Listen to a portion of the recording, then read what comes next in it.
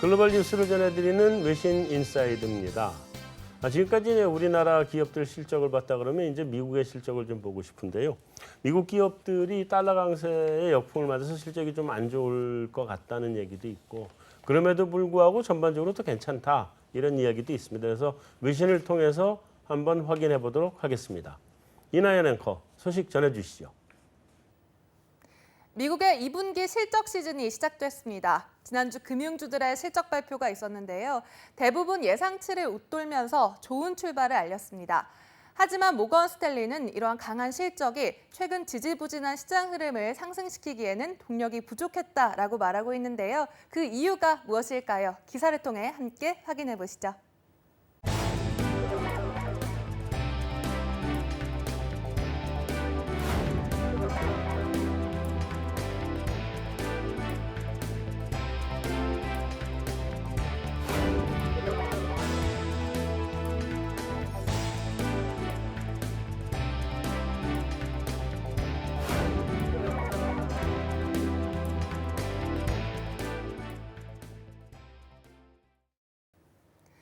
강한 실적이 황소, 즉 강세장에 영감을 주지 못했다고 밝힌 모건 스탠리의 말처럼 이렇게 미 연준의 정책, 지리적 이슈, 그리고 무역 분쟁이 이런 강한 실적보다 시장을 더 지배할 것이란 분석의 기사였습니다.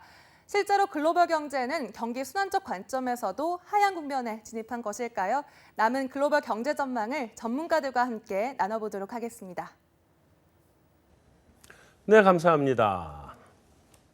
자, 오 팀장님, 이거 아무래도 오 팀장님 전문 분야 쪽인 것 같아서 오 팀장님한테 질문을 제일 먼저 날리면.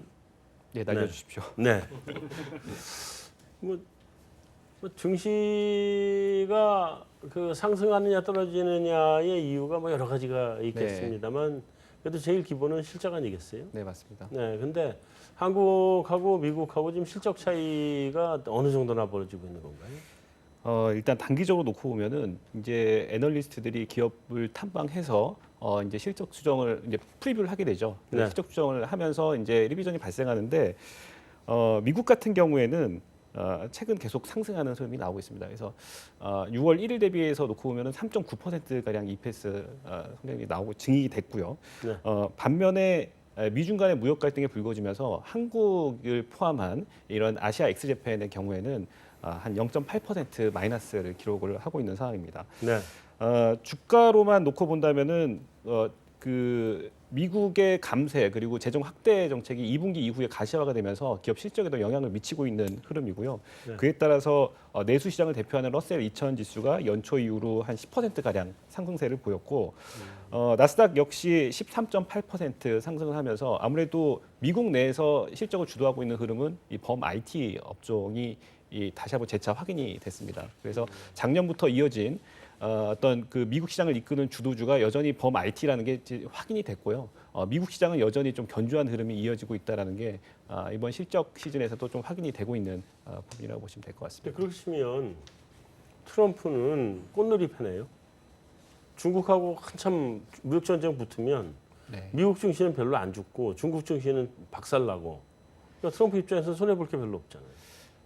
그래서 지금 얘기가 나오고 있는 게 미국 내에서도 얘기가 나오고 있는 것이 지금 아니면 언제 손을 보냐. 미국은 손을 봤을 때 보통 미국 증시도 같이 폭락했기 때문에 네.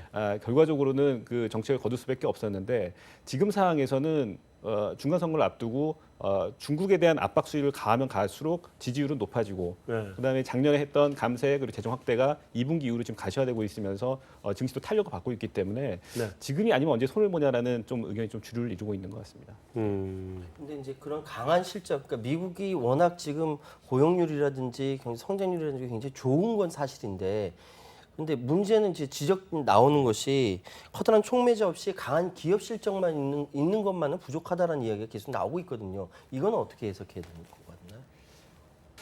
일단 단기 모멘텀은 확실합니다. 작년 12월에 실행했던 감세 법안이라든지 재정 확대가 하반기까지는 어떤 경기적으로 모멘텀이 될 수 있긴 하지만 이것은 어디까지나 단기적인 부분이고요. 이게 내년에 넘어가면은 이거 다시 또 기저가 나오기 때문에 상승률 자체는 높게 나오지 않을 거고 결과적으로는 이 지금의 어떤 그 트럼프의 정책이 미국의 장기 성장률을 끌어올리는 방향으로 가야 되는데 그거에 대해서는 약간 부족하다라는 관점들이 여전히 좀 많이 있는 것 같습니다. 결과적으로 지금 10년물이라든지 30년물 채권 금리가 위로 올라가지 못하고 계속 아래로 내려가는 것도 바로 이러한 부분들을 반증하고 있는 것이 아닌가 생각이 되고요. 저희가 원래는 하반기 정도에 이 장단기 스프레드가 붙으면서 경기 고점 논란이 일어날 걸로 예상을 했지만 실은 이 그 단기 고점이 실은 이 경기의 어떤 그 회복 속도가 상당히 빠르게 진행되다 보니까 실은 이 경기 고점에 대한 논란이 좀 더 그 상반기로 앞당겨지면서 최근에 어떤 위기와 더불어서 좀 그 증폭시키고 있는 부분이 아닐까 생각을 합니다. 예. 거기다 이런 부분도 있는 것 같습니다. 이 감세라는 게 사실은 경기 부양책이거든요. 근데 가장 지금 좋은 시기에 모든 패를 다 썼다라는 게 결국은 이제 미국 같은 경우가 이제 피크 아웃을 할 경우에 쓸 수 있는 대책들이 있느냐. 사실 트럼프가 너무 많은 패드를 지금 노출을 한 게 아니냐라는 얘기도 있거든요. 그래서 결국은 아까 말씀을 하셨지만 우리가 뭐 미스 코퍼라고 부르는 구리 가격도 마찬가지고 아까 말씀하신 장단기 스프레드도 마찬가지고 약간 위험 시그널들이 나오는 것들이 왜냐하면 그동안 워낙 좋았기 때문에요. 네. 그래서 이게 빠질 경우에는 결국 대책이 있겠느냐라는 부분도 있습니다. 그 부분은 정치적으로 해석이 될 것 같아요. 왜냐하면은 트럼프가 원래 시작이 비주류 정치인으로서 주류를 다 잡아먹는 상황인데 가지고 있는 패를 다 쓰지 않으면은 밀리거든요. 계속 언론에서부터 밀리고 그렇기 때문에 지금 써버린 거 아니냐라는 생각을 했는데 말씀 들어보니까 진짜 내년에 이거 어떡하지라는 이제 손 놔버리는 경우도 있을 수 있겠다라는 판단이 듭니다. 왜냐면 실업률이라든지 뭐 사실 GDP 성장률이라든지 이게 더 이상 좋을 수가 없거든요. 그러니까 더 이상 좋을 수 없다는 건 안 좋아진다는 얘기이기 때문에 주식시장도 어느 정도 제가 봐도 그것들 좀 반영하고 있는 게 아닌가라는 좀 생각을 합니다. 근데 뭐 하여튼 2분기 실적은 조금 실망스럽게 시작했다 뭐 이런 기사도 나오는 것 같은데요. 그 일부 기업들에서 뭐 실적 쇼크가 나오긴 했지만 뭐 쇼크 수준이라기보다는 좀 이례적인 요인들이 있었던 것 같고요. 네. 하지만 이제 뭐 실적이 이제 발표되고 있는 초입 단계이기 때문에 아직까지 뭐라 할 뭐 이런 수준은 아닌 것 같습니다. 하지만 이제 저희가 컨센서스로 추이로 놓고 봤을 때는 이번 역시도 지난 1분기에 이어서 서프라이즈가 나올 가능성이 높지 않을까라는 생각이고요. 아무래도 2분기 매크로 데이터가 지금 GDP 성장률이 4% 넘어가느냐 마느냐 뭐 이런 얘기가 지금 나오고 있는 상황에서 일단 실적 자체가 강달러임에도 불구하고 괜찮게 나올 가능성이 좀 높아 보이지 않나 생각입니다. 미국 자동차 회사들은 어떤가요? 미국 자동차는 뭐 실적이 지금 뭐 한국 같은 경우는 굉장히 낮게 나오고 있지만 미국은 좋습니다. 뭐 GM 같은 경우가 뭐 OP 마진 6.3% 뭐 이렇게 추정치가 좀 나오고 있고요. 뭐 네. 크라이슬러 같은 경우는 뭐 7.2% 이렇게 나오고 그것도 있습니다. 웬일이래요. 근데 이것도 잘 보셔야 되는 게 뭐냐면요. GM이 아시겠지만 GM 인터내셔널 오퍼레이션이라고 해서 글로벌 일을 다 접고 있죠, 그죠? 네.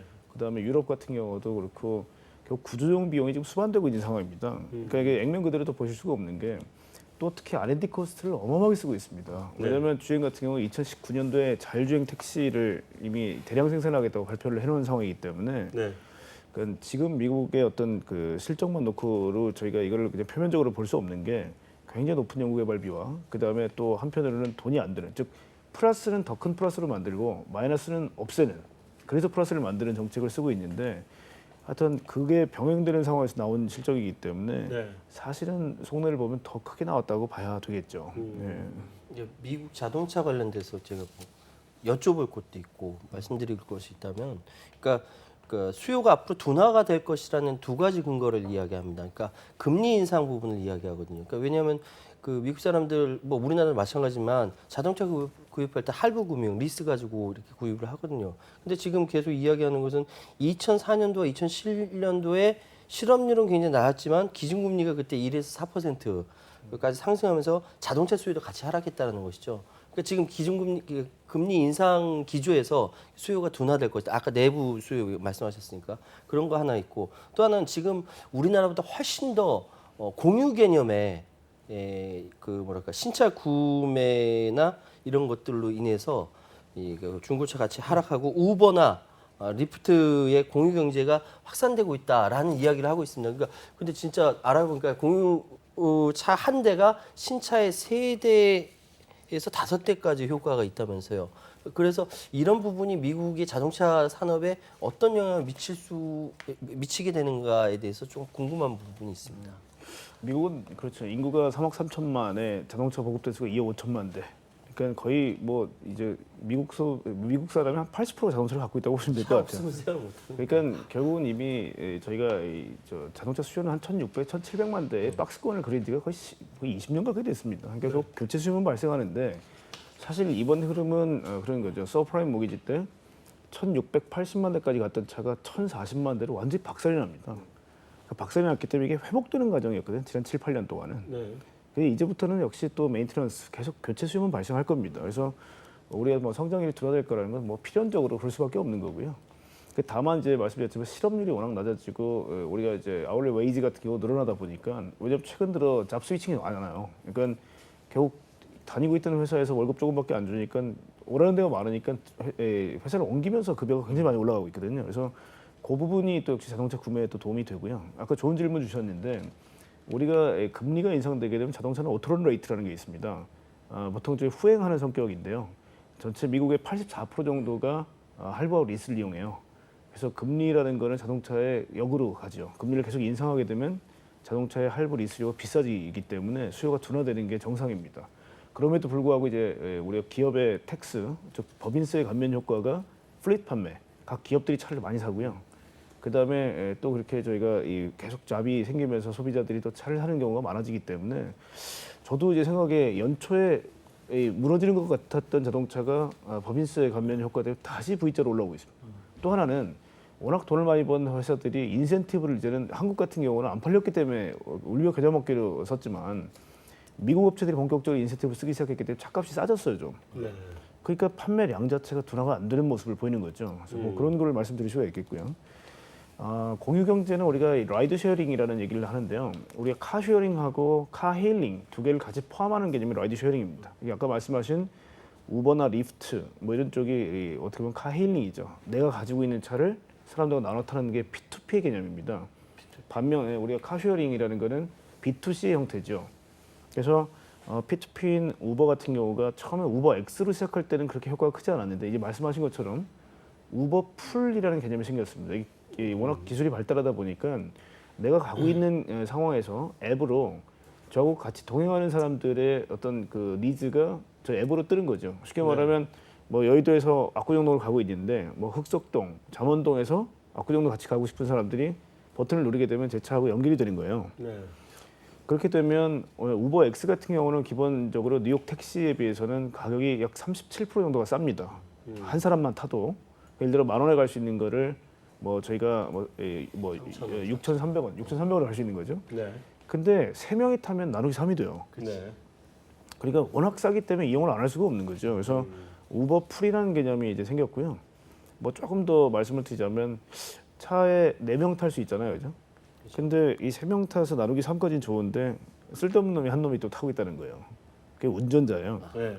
운전자까지 없애면 더 많이 태울 수 있다는 개념이 바로 로보택시입니다. 그래서 2018년 말에 피닉스에 구글의 웨이모가 처음 상용화 서비스를 시작합니다.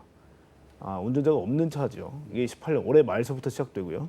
아까 말씀드린 GM 같은 경우는 크루즈 오토메이션이라는 회사를 인수하고 나서 자율주행 택시를 내면서 대량 생산합니다. 그래서 19년도가 어떻게 보면 원년이 될 수 있고요. 캘리포니아도 이제 무인 자동차를 허용하겠다고 발표를 했거든요. 네. 그래서 하여튼 아마 앞으로의 차 형태는 이제 말씀하신 대로 사람까지 없어지는 이제 무인 택시들이 아마 돌아다니는 시대가 굉장히 빨리 올 거고요. 한국은 현실 인식이 아직 2030년 정도가 돼야 될 거다라고 얘기하고 있지만 미국은 2021년도면 모든 업체 다 뛰어듭니다. 하여튼 뭐, 네. 그래서 그 미국 기업 실적에 대해서 계속 이야기를 하고 있는데요. 네. 그러면은 글로벌 자금들은 어디로 가고 있는지를 한번 좀 체크를 해봤습니다. 네. 그래서 지금 이제 실적 시즌을 앞두고 있다 보니까 자금들을 어떻게 움직이는지를 한번 모니터링 차원에서 체크를 해봤더니 글로벌리하게 일단은 주식형 쪽에서는 주식 쪽에서는 미국 북미 쪽으로 자금이 계속 유입이 되고 있었고요. 네. 보니까 뭐 28억 5천만 달러가 일단 순유입이 됐고 최근 지난주 7월 둘째 주 기준입니다. 신흥국 쪽에서는 8주 연속 자금이 이탈을 하고 있습니다. 그래서 최근에 자금 플로우, 자금 동향도 이런 실적이라든지 이런 모멘텀을 반영해서 움직이고 있는 것들이 좀 특징적인 부분이었습니다. 네. 자, 어쨌든 이 기사에서 보면 지금 미국 경기가 이제 여러 가지 관점, 뭐 경기 순환적 관점도 그렇고 무역 문제도 그렇고 연준 정책도 그렇고 이 모든 것들이 미국 경기에 이제 그 고점에 도달할 거다, 이제 꺾일 거다 이런 기사 내용이 지금 나오는데 여기는 어떻게 생각하세요, 차 소장님? 글쎄요, 뭐 일단은 뭐 보는 관점에 따라서 그렇게 볼 수도 있는 부분들이 뭐 일견 있는 부분들이 있고, 네. 저희들이 뭐 장기 금리가 또 꺾였던 부분들, 뭐 이런 부분, 단기 금리와 만나는 부분들이 반영하고 있다라는 부분들은 앞서 팀장님도 말씀하셨던 그런 부분들인데요. 글쎄요, 뭐 근데 이제 뭐 계속해서 말씀드립니다만 무역 전쟁이라는 또 변수가 있는 부분들이 이제 그 과연 미국의 어떤 그 아킬레스건이 될 것인가, 네. 아니면 트럼프가 표면적으로 내세우고 있는 미국의 부활을 다시 꿈꾸게 되는 부분들이 되지 않겠는가라는 부분들 보면 저는 글쎄 미국이 그렇게 쉽게 경기가 꺾일 것 같지는 않습니다. 그러니까 전임 대통령 시절서부터 리쇼어링 정책으로 인해서 여러 가지 이제 기업들을 불러들여 온 것들, 그런 것들이 지금 현재 기업들의 어떤 임금 상승으로 더할 나위 없이 좋아진 실업률 이런 것들을 바탕으로 해서 지금 현재 미국이 결국 금리를 올려서 정상화시키겠다라는 자체가 그만큼 경기의 어떤 자신감 아니겠습니까? 네. 그런 부분들 감안하게 된다라면 글쎄요, 뭐 이렇게 고점을 찍었다라고 섣불리 지금 얘기해서 침체기로 다시 접어든다라고 보기에는 아직까지는 조금 미국 경기의 성장세가 굉장히 좀 강하다 이렇게 좀 말씀드릴 수 있겠습니다. 아직은 강하다. 근데 그렇게 치면 2008년 말 서브프라임 사태 터지고 2009년 초가 경기 바닥이었다 그러면 그때부터 지금까지 좀 있으면 10년이에요. 좀 있으면 10년 확장세거든요. 아마 지금 미국 역사상 가장 긴 경기 확장 국면이 이번에 나오는 것 같은데 이게 계속 가요? 예, 그래서 음악이 멈출 때까지 춤을 계속 추라는 또 격언이 있지 않겠습니까? 그러니까 계속 일단 음악은 멈추지 않고 있다. 예, 말씀하신 것처럼 미국 경기에서 가장 긴 경기 확장 국면은 그 91년부터 2002년까지 10년이었고요. 네. 이번에는 2008년 9월부터 시작이니까 이제 거의 9년 이제 돼가는 것 같습니다. 네. 그래서 아마도 예상은 대부분 이제 이번이 가장 긴 경기 확장 국면이 될 거라는 게 이제 미국 내에서도 그 중론인 것 같고요.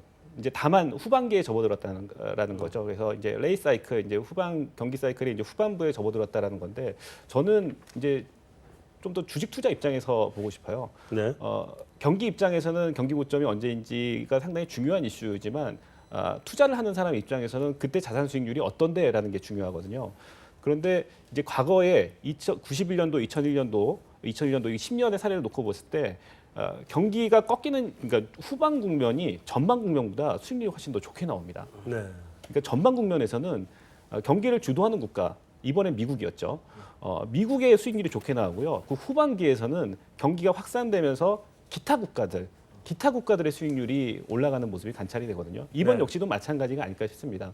지금 단기적으로는 무역 분쟁이라는 이슈가 있고 어떤 경기 고점에 대한 논란이 있긴 하지만 여전히 미국의 경기가 꺾이지 않았기 때문에 지금 사이클은 여전히 유효하다라고 본다면은 아직까지는 또 기회가 있지 않나 생각이 들고요. 다만 오늘 얘기했지만 실적이라든지 어떤 모멘텀 측면에서 분명 단기적으로 좀 모멘텀이 없는 것은 맞습니다. 하지만 뭐 내년 정도까지 다시 한번 이렇게 본다면은 장기적인 입장에서는 또 한번 기회가 올 수 있지 않을까라는 게 개인적인 생각입니다. 미국 내에서도 전체적으로 지금 상황이 가장 그 어느 때보다 훨씬 더 긴 확장기라고 스스로 이야기하고 있는 것이죠.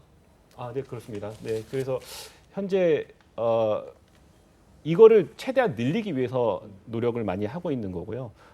그렇기 때문에 이제 연준 입장에서도 이러한 속도 조절을 통해서 어떻게 보면 경기의 확장률을 좀 더 늘리려고 하는 좀 포석이 있지 않나 생각입니다. 지금 가서 살까요? 그럼?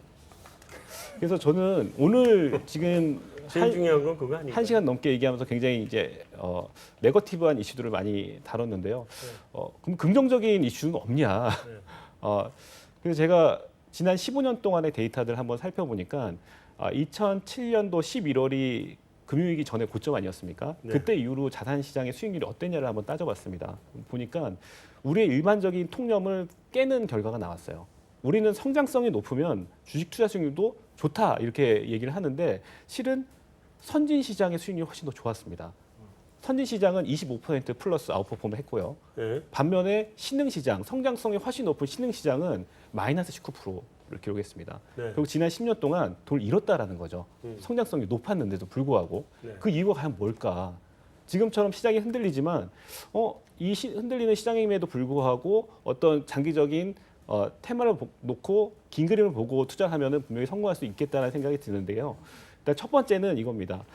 원자재 사이클에 같이 편입되어 있는 국가들은 아무래도 그 커머더티의 사이클과 동행하기 때문에 실적의 변동성이 상당히 높게 나옵니다. 네. 그래서 글로벌 경기가 수요를 뒷받침하면서 슈퍼사이클, 원자재가 슈퍼사이클에 돌입하는 경우에는 분명히 알파를 낼 수 있는 기회가 오는데 그 반대의 경우라고 한다면은 이제 자산 가격이 크게 떨어지는 거죠.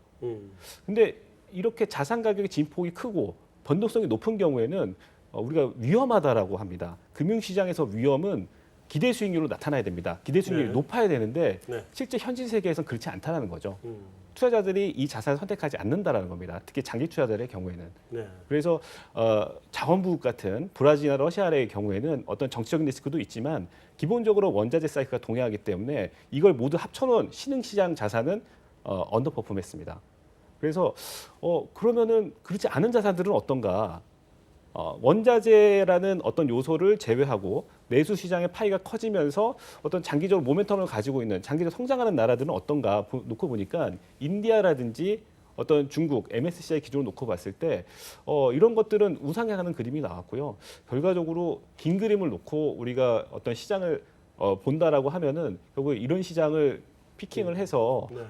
지금처럼 흔들리는 장에서 시간을 보유하는 전략으로 가져 나간다면은 일반 투자자분들도 어떻게 보면은 그 충분한 수익을 낼 수 있다. 충분한 수익을 낼 수 있지 않을까라는 생각이 들었습니다.